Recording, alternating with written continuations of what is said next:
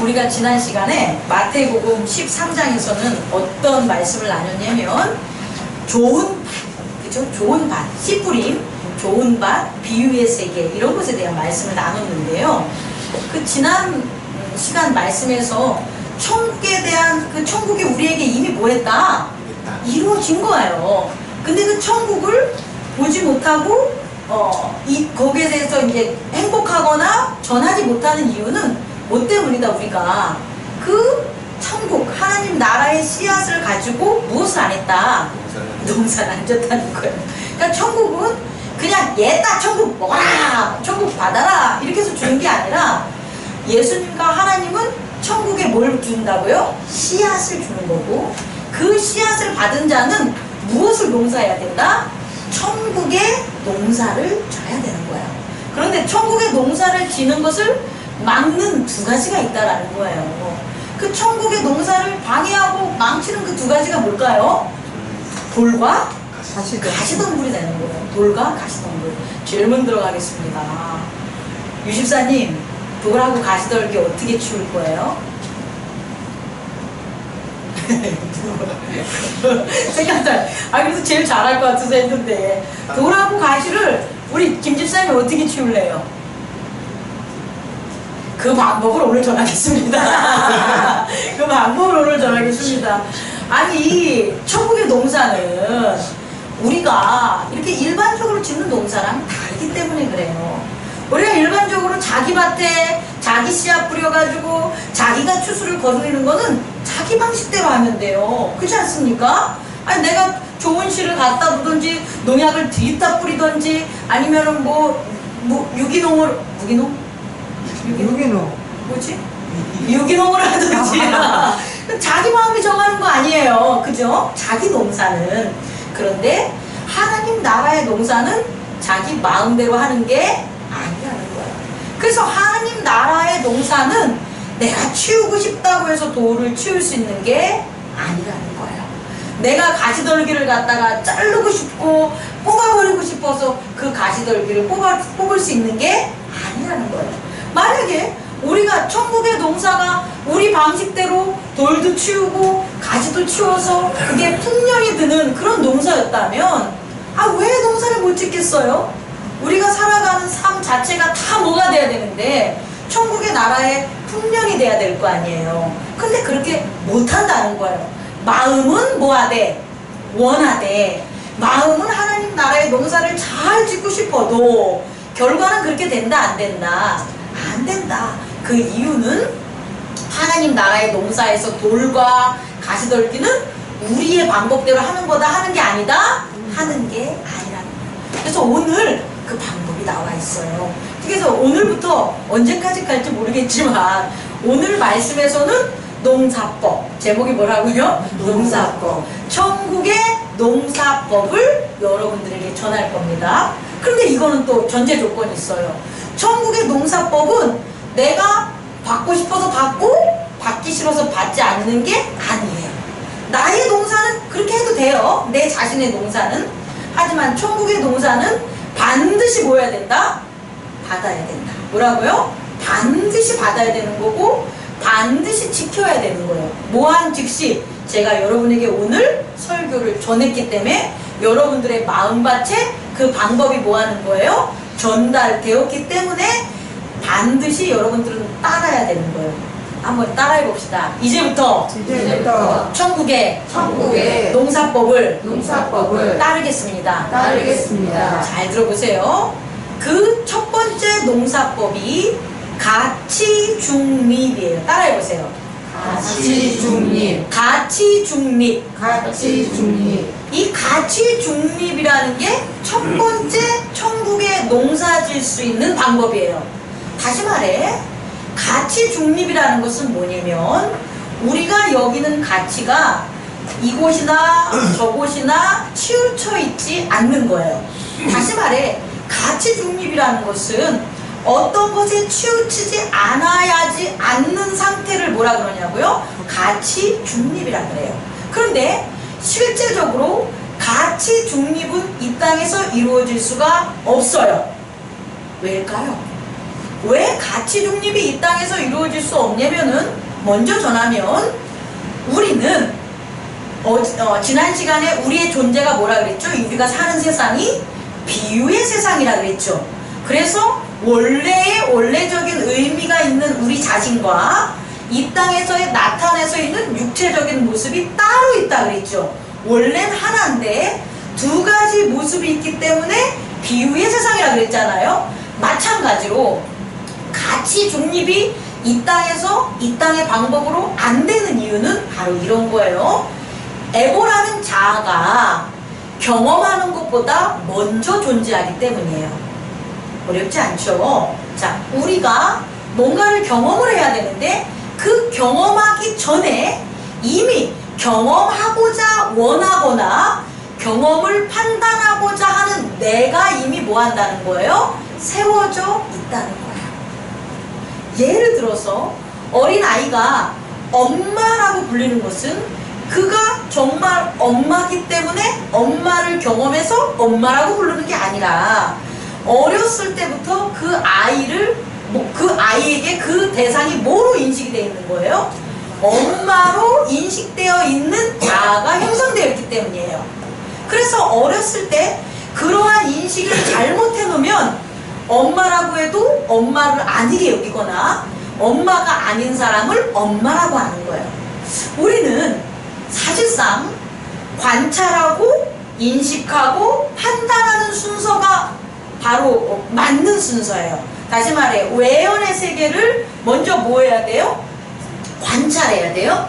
그리고 그것을 뭐 해야 되는 거예요? 인식해야 되는 거예요. 그리고 그 인식된 것들을 다시 밖으로 내보내는 판단이라는 그 순서대로 해야 되는데 이 순서대로 이 땅은 살아갈 수 있다 없다? 없어요. 왜? 이 땅을 바라보는 나의 자아라는 에고가 먼저 뭐하기 때문에 존재하기 때문이에요. 그래서 관찰, 인식, 판단이 아니라 인식, 관찰, 판단의 순으로 되어 있는 거예요. 그럼 이제 어떻게 되냐? 관찰하고 인식하고 판단하면 밖에 일어나는 일들을 그대로 바라볼 수가 있는데 인식하고 관찰하고 판단하는 순서로 되면 어떤 일들이 벌어져요? 이런 거예요. 보고 싶은 것만 보는 거예요. 듣고 싶은 것만 듣는 거예요.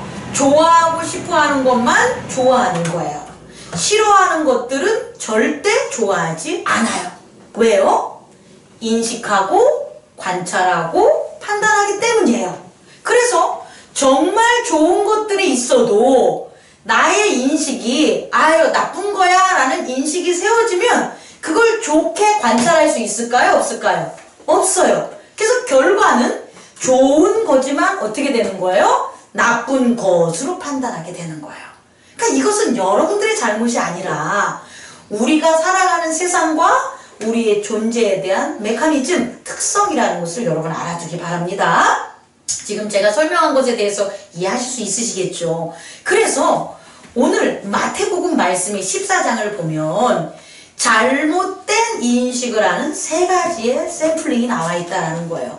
그래서 오늘 성시 나누고 기도했던 것처럼 하나님의 뜻, 오늘 찬양한 것처럼 하나님의 뜻, 하나님의 나라, 하나님의 사람, 하나님의 농작물 이런 것들을 수확해야 되는데 못하는 거예요. 그 이유가 뭐냐 봤더니 바로 이렇게 인식이 그릇되면 관찰도 그릇되게 되고 관찰이 그릇되면 그릇된 판단을 낳게 되는데 그 잘못된 판단을 종교적인 용어, 기독교적인 용어로 말하면 죄라는 거예요. 죄가 아닌 것은 뭐냐 그러면 온전한 거예요. 다시 말해 그릇되지 않고 참인 것. 참인 것은 뭐가 되는 거예요? 하나님의 나라, 뜻, 하나님의 일 다 되는 거예요. 근데 그것이 아닌 잘못된 인식, 잘못된 사람, 잘못된 상황 이 모든 것들은 뭐가 된다? 죄가 되는 거예요. 여러분, 그래서 우리는 죄인인 거예요. 그런데 이 죄인에서 벗어날 수 있는 길이 있다 없다? 있다라는 거예요. 우린 죄에서 벗어나야 됩니다. 그걸 성경에서 뭐라고 하냐면 죄를 다스리라고 얘기해요. 죄를 다스린다는 것. 자, 그럼 오늘 성경 마태복음 14장의 내용을 보면 어떠한 게 잘못된 인식으로 나왔는지 우리 한번 살펴봅시다. 첫 번째 에피소드에 뭐가 나와요? 분봉왕 헤롯을 봤으면 좋겠어요. 분봉왕 헤롯. 이 헤롯이, 분봉왕 헤롯이 무엇을 잘못 인식했을까요? 지금 누구에 대한 소문이 퍼졌나 봤더니 그때의 분봉왕 헤롯이 예수의 소문을 듣고, 다시 말해 헤롯이 들은 것은 누구의 소문이에요? 예수의 소문인데 어떻게 판단하나 한번 봅시다. 2절 다 같이 읽어보세요. 시작. 그 신하들에게 이르되 이는 새 요한이라 그가 죽은 자 가운데서 살아났으니 그러므로 이런 능력이 그 속에서 역사하는도다. 자, 그러면 분봉왕 헤롯은 무엇을 잘못된 인식이 있었기 때문에 예수에 대한 소문인데 이 소식을 예수에 대한 소문이라고 듣지 않고 뭐에 대한 소문으로 들은 거예요? 세례 요한이라는 그런 소문이라고 자기가 뭐 하는 거예요? 인식함. 명백히 이것은 잘못된 인식이에요? 잘된 인식이에요? 잘못된 인식이죠. 왜? 소문이 누구 소문인데? 예수 소문인데 아니 자기가 우기는 거야. 뭐라고? 죽은 자에서 살아난 세례 요한의 소문이다. 세례 요한이 이러는 거야 라고 뭐 하는 거예요? 판단하는 거예요. 자, 이렇게 그릇된 판단이 낳은 결과가 뭘까요? 여러분들이 한번 찾아보세요. 이 그릇된 결과로 어떠한 일이 벌어졌을까요? 누구에게? 분봉왕 헤롯에게. 분봉왕 헤롯에게 어떤 일들이 벌어졌을까요? 어떤 일? 성경에는 안 나옵니다. 여러분들이 판단해야 돼요. 자, 분봉왕 헤롯은 예수를 만났을까요? 못 만났을까요? 이거예요. 결과가 이 결과가 나는 거예요.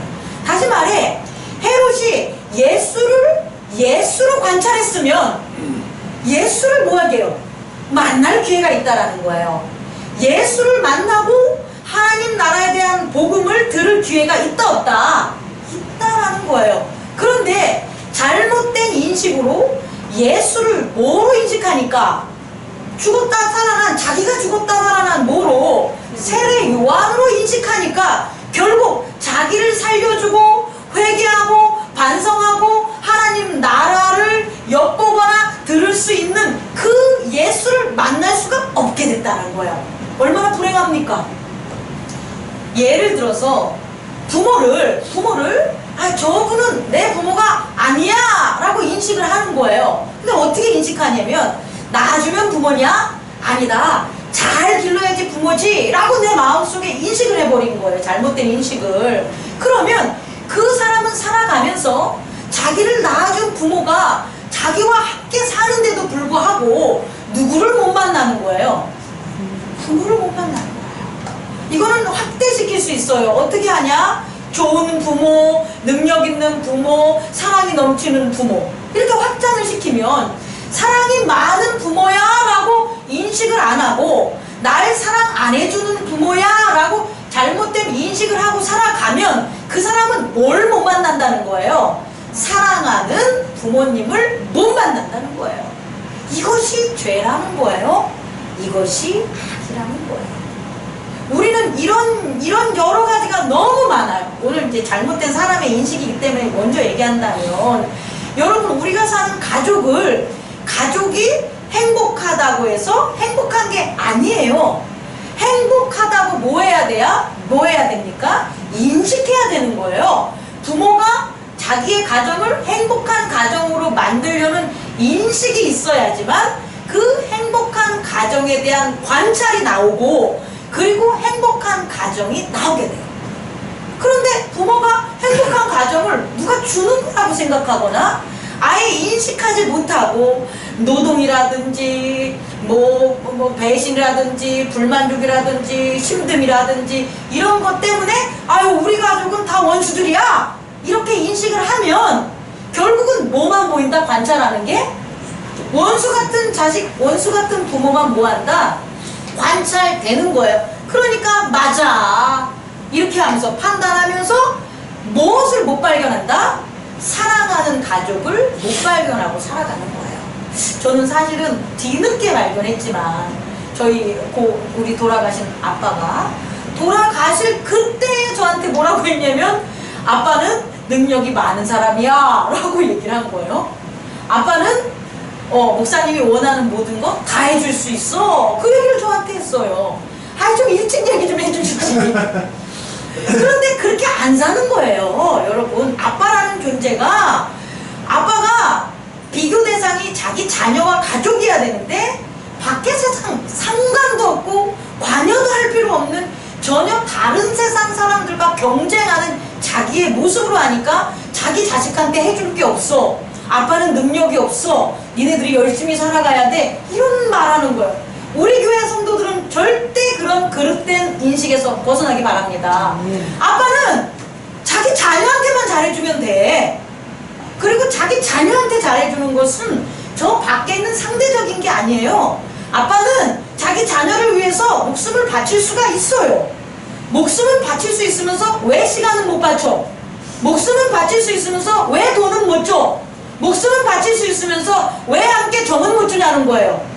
자식을 위해서 목숨을 바친다고 하면서 나머지 그보다 쉬운 것들은 안 준다는 거야? 이거는 어불성설이라는 거예요. 다시 말해, 아빠가 자녀에게 목숨을 줄 수 있다는 것은 다 줄 수 있는 거야. 아니, 목숨을 줄 수 있는 아빠보다 더 능력 있는 사람이 어딨어? 안 그렇습니까? 그러니까 부모는 자녀한테 어떻게 해야 되냐면 나는 너가 원하는 거 다 해줄 수 있어 얘기해줘야 돼요. 근데 그게 그릇된 거 원하는 건 못 준다는 거지. 아빠는 너와 함께 이 가정의 행복과 사랑을 위한 모든 것들을 너한테 다 줄 수 있어. 아빠는 능력이 있어. 세상에서 돈 주는 게 아니라 세상에서 그보다 더 힘들고 어려운 사랑을 주는 존재인데 아빠는 능력이 풍부한 사람이야. 엄마는 능력이 풍부한 사람이야. 누구한테? 너한테. 이렇게 얘기를 해줘야 되는 거예요. 이렇게 안 해주니까 아빠는 돈 못 번다? 그러면 자녀가 아빠를 뭐로 알겠어? 응? 아빠는 너 그런 거 못 해주니까 네가 알아서 해봐. 아빠는 너무 힘들어. 요새 너무 약한 아빠들이 많아. 누가 자녀한테 힘들다 그래. 예전에 부모님들은 자녀한테 힘들다는 얘기 안 해요. 어떻게 그래? 쪽팔리고 창피하게 부모가 자녀한테 스트레스도 짜증 못 내는 거예요. 어떻게 부모가 그래? 부모인데 자기 자식으로 낳았는데 그럼 안 되는 거예요. 아빠는 다 잘해줄 수 있고 능력 있고 사랑하고 뛰어나고 생명까지 바칠 수 있다는 걸 자녀한테 뭐 해야 되냐? 가르쳐 줘야 되는 인식에서 살면 그 인식이 뭘 관찰하게 되냐면 자꾸 그런 가정을 만들게 되고 또 그런 가정으로 뭐 하는 거예요? 나오는 거예요.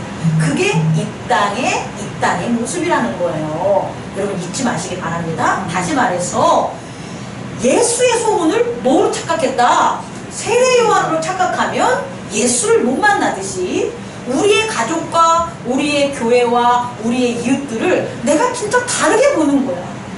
아니, 하나만 더 할게.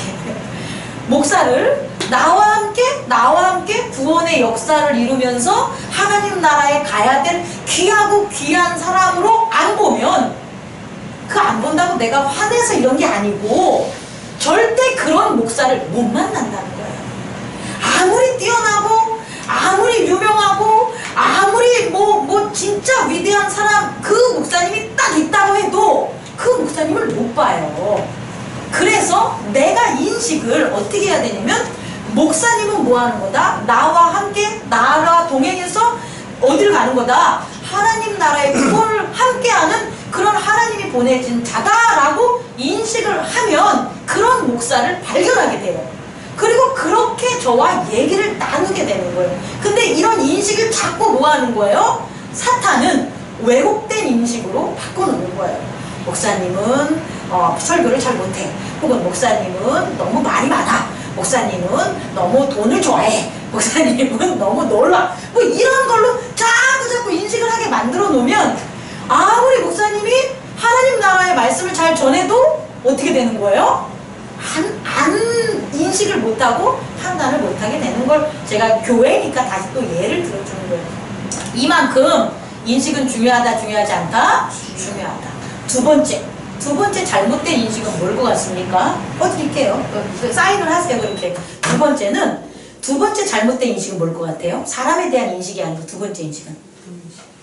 그렇죠. 바로 떡에 대한 문제예요. 지금 오늘 마태복음에서는 뒷 얘기들이 안 나와 있지만 요한복음 6장 27절을 보면 생명의 떡이 나와요. 다시 말해 예수님은 저 불쌍한 5,000명 넘는 저 사람들에게 이 세상에 먹고 배부른 떡을 주려고 오병이어의 기적을 한 게 아니라는 거예요. 예수님께서 혹시 지금 제 목사님이라 그랬어요? 아니요. 예수님이라 그랬죠. 아니 주세요. 머릿속에서 혼돈이 일어나네요.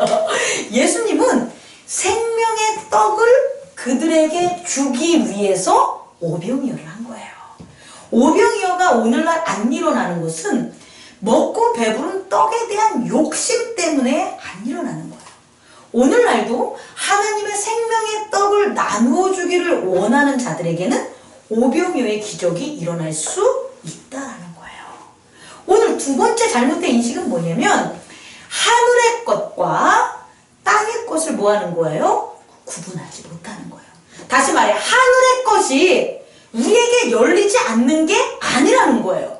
하나님 나라는 이미 임했기 때문에 우리가 살아가는 모든 상황과 사건 속에 하나님의 나라가 임한다 안 임한다?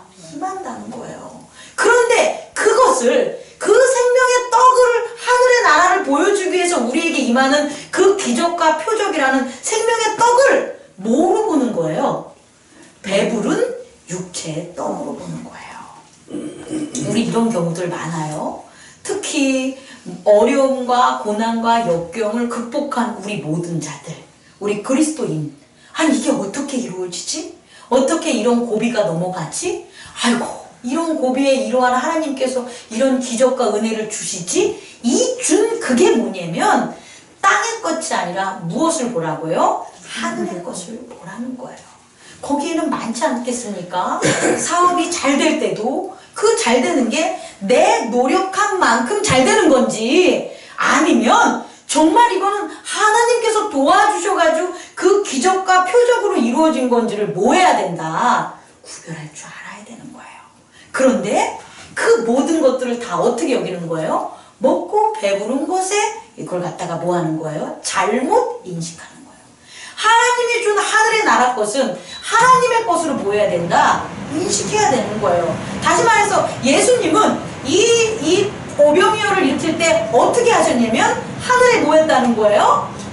기도하고 그 떡에 고기에 축사했다라는 거잖아요. 그 축사는 어느 것으로 축사를 했다는 거예요? 하늘의 것으로 이 땅에 있는 고기와 빵을 축사한 거예요. 그랬더니 그것이 어떻게 됐다? 하늘의 것을 전할 수 있는 것으로 어떻게 됐다? 바뀌었다 그 소리예요. 그럼 우리가 이 땅에서 하나님의 그 은혜와 기적과 표적과 그 도우심을 못 보는 건 뭐냐면 하늘의 것으로 그것을 바꿔야 되는데 하늘의 것으로 그걸 인식해야 되는데 하늘의 것을 줘도 뭐로 보는 거예요?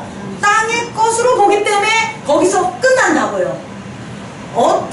어떤 문제점이 해결이 됐는데 그 문제점이 아까 말한 돌과 그 가시떨기가 완전히 뽑혀나가지 않아. 그 이유는 뭐냐면 한 번 돌을 옮겼어. 어떻게? 하늘의 것으로 없어졌다니까요. 근데 다시금 그 돌이 아닌 다른 유형의 돌들이 있을 거 아닙니까? 근데 그 돌은 하늘의 것으로 보지 않고 뭐로 보는 거예요? 땅의 것으로 본다니까요. 그래서 땅의 방법으로 그것을 옮기려고 하는 거예요. 그럼 안 된다는 거예요. 다시 말해 두 번째 인식은 뭐냐면 하늘이 주시는 것을 뭐 하자? 하늘의 것으로 우리는 여기고 지키고 살아가야 되는데 그렇게 하늘의 것으로 그럼 여기고 지킴에 있어서 그걸 나타낼 수 있는 표징이 뭐냐라고 보면 축사라는 거예요. 뭐라고요? 축사. 감사하는 거예요. 감사하는 게 그냥 습관적으로 혹은 어떤 조건적으로 어떤 좋은 일을 더 기대하기 위해서 하는 그건 감사가 아니에요. 감사는 나도 모르게 하나님께 항상 뭐 하는 거예요? 영광과 그런 어떤 종기를 올리는 그런 의식적이지 않는 자연적인 나의 고백이 뭐가 되는 거예요? 감사가 되는 거예요. 그럼 여러분 그때 감사할 때 감사하는 것 그러한 감사를 살펴보면 당연히 그게 뭐가 된다? 하늘의 것이기 때문에 감사하는 거예요. 하늘의 것이 아닌 건 절대 감사할 수가 없어요. 만약에 감사한다고 해도 어떻게 한다? 형식적으로, 조건적으로 감사하는 거예요. 예를 들어서 이런 거죠. 어떤, 내가 들을게, 저 주인이니까 내 얘기를 들어야지. 목사님이 밥을 사줬어. 응? 근데 그 밥을 사줬는데 목사님이 맛이 없는 곳에 가서 사준 거야. 응? 그럼 목사님이 사줬으니까 뭐는 해요? 감사해요. 이렇게 하는데 얼굴에는 뭐가? 맛이 없는 표정을 다 하는 거야. 그냥 말로 그냥 감사한다는 거지. 얼굴에는 그러면 그 목사님이 사준 그게 하늘의 것이 된다, 안 된다? 아니면 땅의 것이 되는 거예요. 정말 감사한다면, 이게 하나님이 주신 하늘의 것이라고 생각해서 감사한다면, 맛이 있으면 뭐예요? 더 맛있는 거. 세상에서 처음 먹어보는 건데, 이런 감탄사가 나와야 되고, 맛이 없으면 아이고 맛있는데요? 이 말이 나와야 되는 거예요. 이게 감사라는 거예요. 근데 그게 꼭 하고 싶지 않아도 그게 마음속에서 어떻게 돼요? 나와! 그러니까 맛있는 거라니까. 이해 갑니까?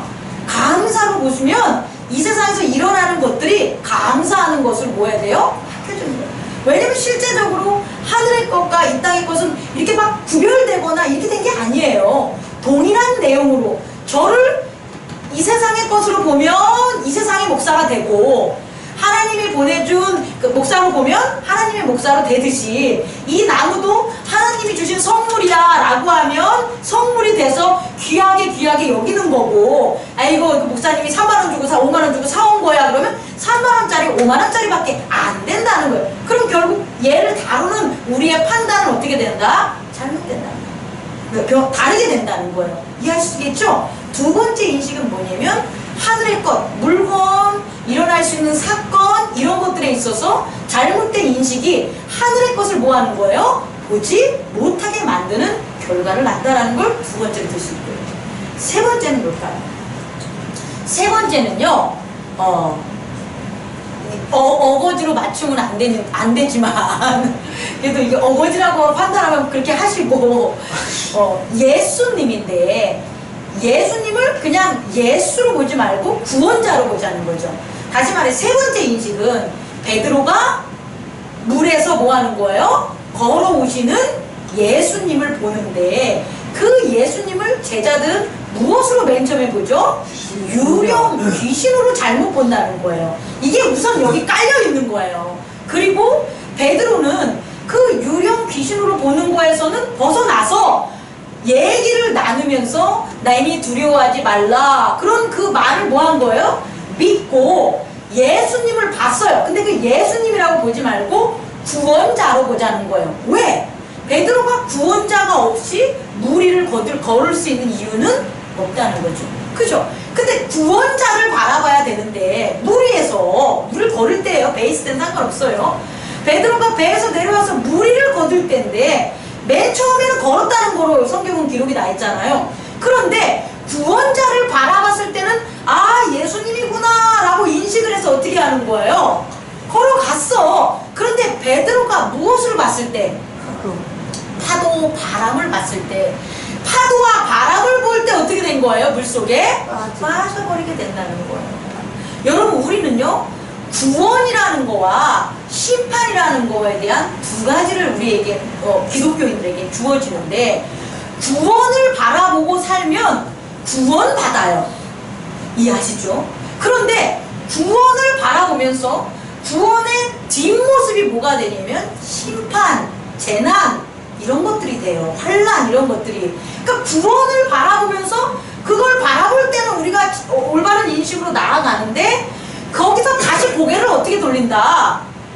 바람을 향해 돌리거나 파도를 향해 돌리거나 심판을 향해 돌리거나 환난을 향해서 뭐한다? 돌린다는 거예요. 내내껏 잘 보세요. 제가 되게 좋아하는 것 중에 하나가 공자인데, 공자가 50호 100호라는, 이게 아닌데 막 나오네. 공자가 이런 일화가 있어요. 어떤 할머니가, 노파가 긴 강에 공자를 기다리고 있는 거예요. 실험하려고 한 거죠. 보따리를, 나를 갖다, 이게 무거우니까 나를 이렇게 업고 저 강을 건너달라고. 그랬더니 공자가 착한 공자 아니겠습니까? 그러니까 할머니를 업고 강을 건너줘요. 그때 이 할머니가 다시 아이고 내가 다시 저길 가야 되겠어 라고 해서 또 업고 또 가는 거야. 근데 여러분 추측하면 또 뭐죠? 또 저쪽으로 건너다니 몇 번을 하는 거예요. 근데 공자가 어떻게 됐냐면 말없이 계속 그렇게 건너준 거예요. 그랬더니 이 할머니가 아니 자네는 화도 낼 법한데 왜 화를 안 냈나? 이렇게 질문해요. 그래서 공자가 뭐라 그랬는지 알아요? 여러분 혹시? 잘못한 거라니까. 제가 지금 화를 내면 여태까지 뭐 한 거예요? 여태까지 할머니를 건네줬던 수고는 다 사라집니다. 그것의 가치가 없어집니다. 그래서 저는 끝까지 뭐 한다?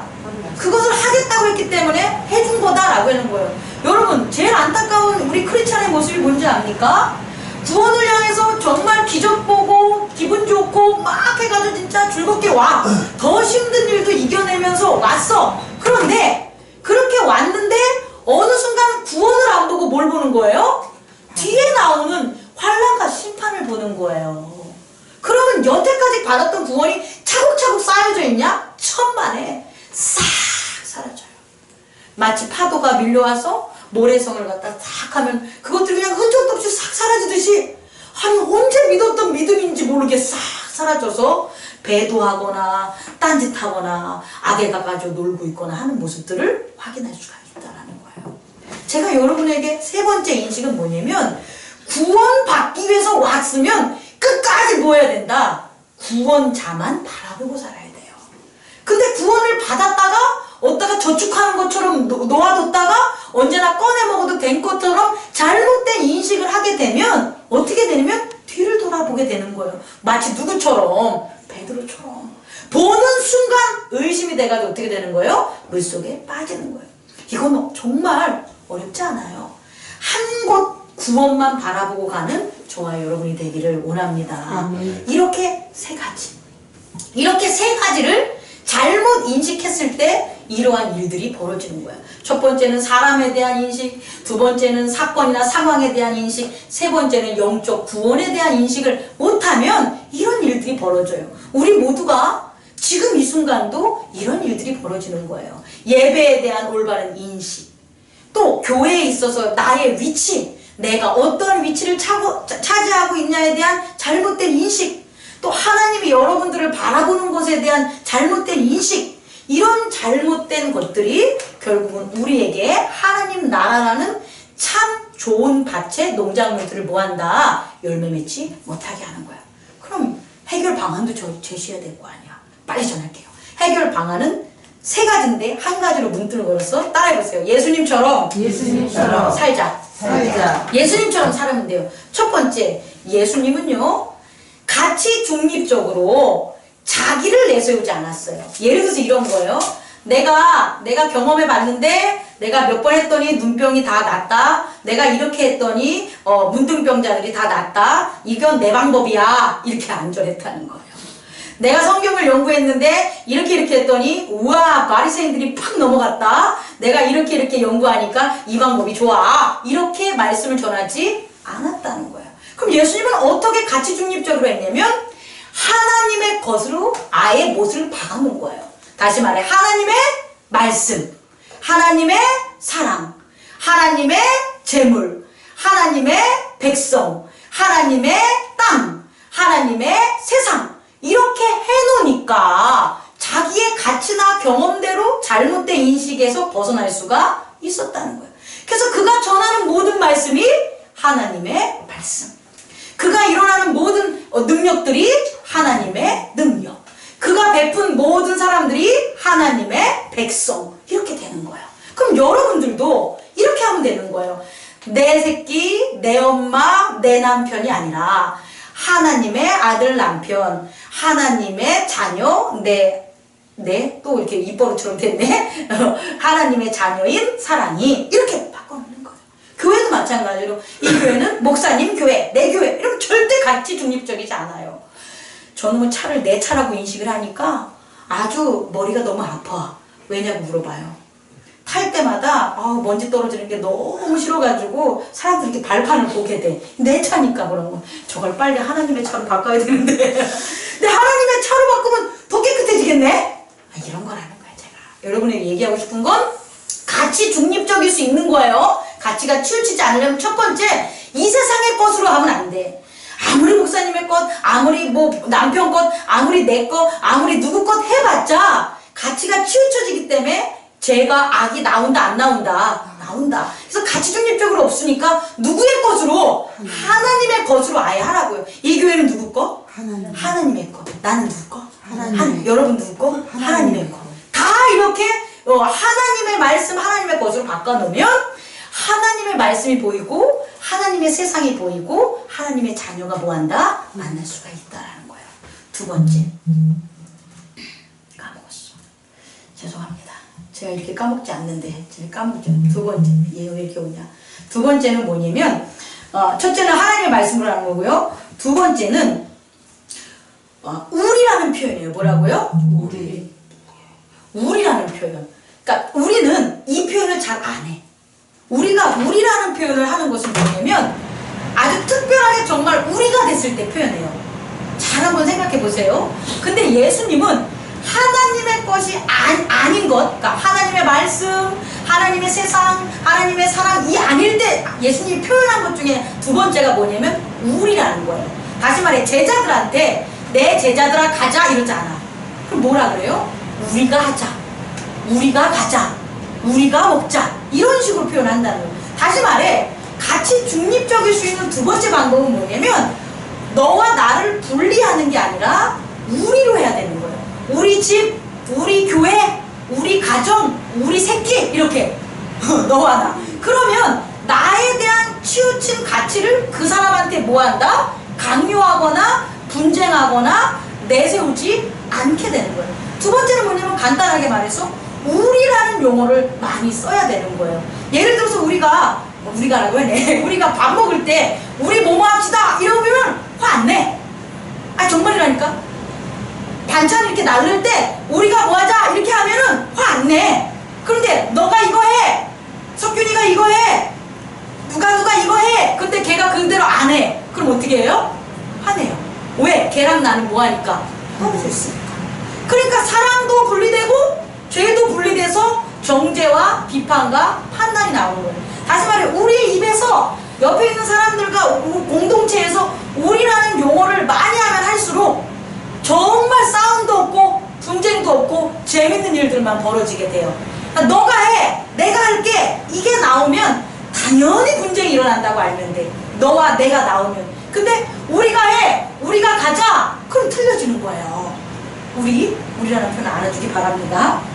세 번째는 뭐냐면 하나님의 것도 아니고 하나님의 이름도 아니고 우리도 아닌 또 다른 일이 벌어져. 내가 해야 될 일, 진짜 내 일이야. 근데 나를 드러내지 않는 가치 중립적인 건 뭐냐면 사명입니다. 뭐라고요? 사명. 다시 말해 사명일 때 예수님이 한 표현 중에 하나가 인자라는 표현이에요.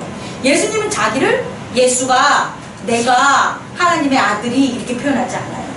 예수님은 자신을 오직 뭐라고 표현하냐면 인자라고만 하는데 그 인자는 어떤 명칭이 아니에요. 이 명칭이 아니라 인자의 그 뜻은 뭐냐면 구원시키고 심판하는 자라는 사명이에요. 다시 말해서 그 하나님의 뜻, 하나님의 이름이나 우리 이걸 사용하지 않고 우리가 살아가서 우리의 독특한 우리 자신만의 뭔가를 하고 살아가야 되잖아요. 그랬을 땐 나밖에 안 하는 거 보려면요. 그랬을 땐 내가 해야지, 나는 이거야 이렇게 하면 다시 가치 중립성을 띌 수가 없다는 거예요. 치우친다는 거예요. 죄를 낳는다는 거예요. 악의 유혹이 온다는 거예요. 그랬을 땐 뭐냐면 바로 이렇게 사명인 나를 제3자로 두면 돼요. 내가 하는 게 아니라 사명의 사람인 그가 되는 거예요. 그러니까 예수님은 자기를 말할 때 1인칭으로 얘기하는 게 아니라 3인칭으로 얘기하는 거예요. 그러니까 가치가 뭐 할 수 있는 거예요? 중립할 수 있는 거예요. 그러니까 사명대로 하는 자, 그 사명의 일만 하니까 자기의 생각이나 경험이나 감정이나 이런 것들에 치우쳐가지고 하나님의 일들을 갖다 그르치는 경우가 없게 됐다는 거예요. 정리 한번 해봅시다. 끝낼게요. 세 번째 세 가지 뭐가 있다고요? 첫 번째? 하나님의 말씀. 아니 하나님의 이름을 붙이라고요. 이름을 뭐로 붙인다고요? 하나님. 모든 사물들 상황 등에 뭐를 붙이면 된다? 하나님. 근데 그게 안 될 때가 있죠. 그 안 되는 것은 뭐 해야 된다? 우리라고 하면 돼. 그거는 뭐 어떤 걸 행할 때 나오는 거죠. 우리라는 것. 그 다음에 우리가 아닌 나의 독특한 나만의 것을 할 때가 있어요. 그럴 때는 어떻게 돼요? 사명자로서 나의 모습을 갖다가 제3자로 드러내면 되는데 저는 그게 있죠. 저는 뭐로? 목사로.